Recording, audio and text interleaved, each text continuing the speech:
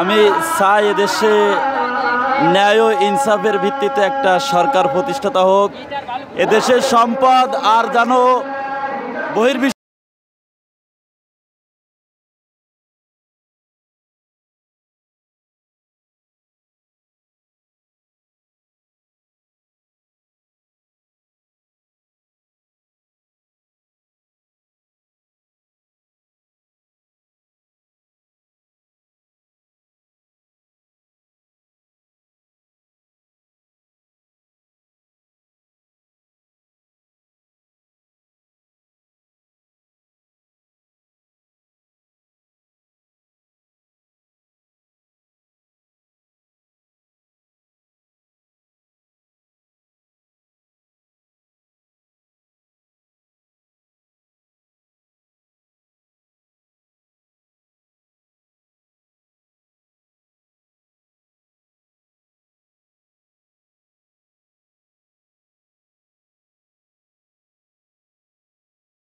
আমার ওখান থেকে ডাইরেক্ট পরিবহন ভাড়া করে আমাদের ইউনিয়ন থেকে আর কি। ওয়ালটন এখন দেশের সীমানা পেরিয়ে পৌঁছে গিয়েছে 50টিরও বেশি দেশে।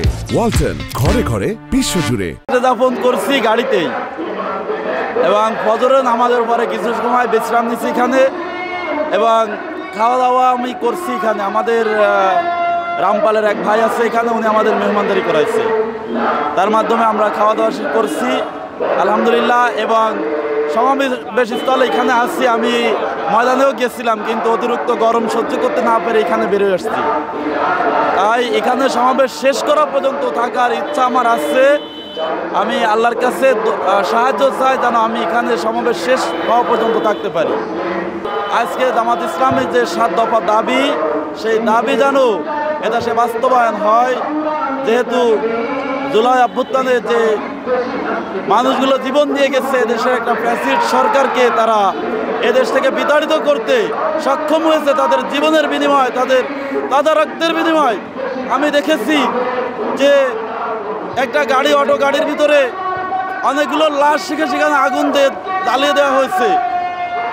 আমি এটা জানি যে রক্তের বিনিময় ছাড়া একটা জাতি কখনো স্বাধীনতা পায় না, বিপ্লব পায় না। তাই সেই রক্ত যারা দিয়ে গেছে, আমি চাই তাদের পরিবার যেন পুনর্বাসন পায়, এবং তারা যাদেরকে রেখে গেছে তারাও যেন আজকে তাদের জন্য যে দাবি আমরা আদায় করতে এখানে এসেছি সেটা যেন বাস্তবায়ন হয়, এটা আমার দাবি। এবং আমি দেশবাসীকে বলতে চাই